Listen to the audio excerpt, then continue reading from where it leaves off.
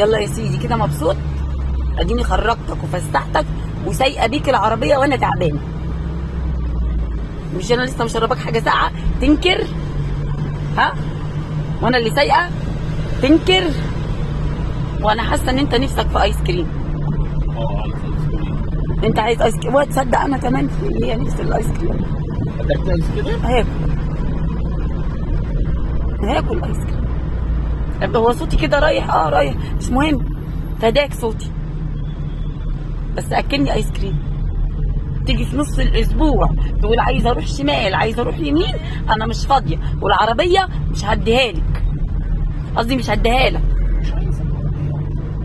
طيب عشان بس ما تجيش تقول لي وديني عند ماما، وديني عند بابا، هروح اجيب كذا، مفيش الكلام ده. مش عايزه العب. مالك انت في ايه؟ زعلان ليه؟ طيب بفتكرك زعلان، اوعى تكون زعلان.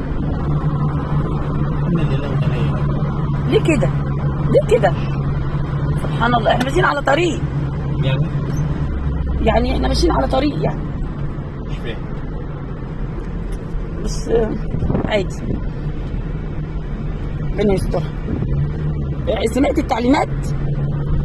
اعمل بيها بقى. يبقى مش هتعمل ايه في نص الاسبوع؟ انت عايز اروح عند ماما ولا عايز اروح عند بابا ولا اختي ولا اخويا؟ مفيش الكلام ده. الكلام ده اخر الاسبوع بس.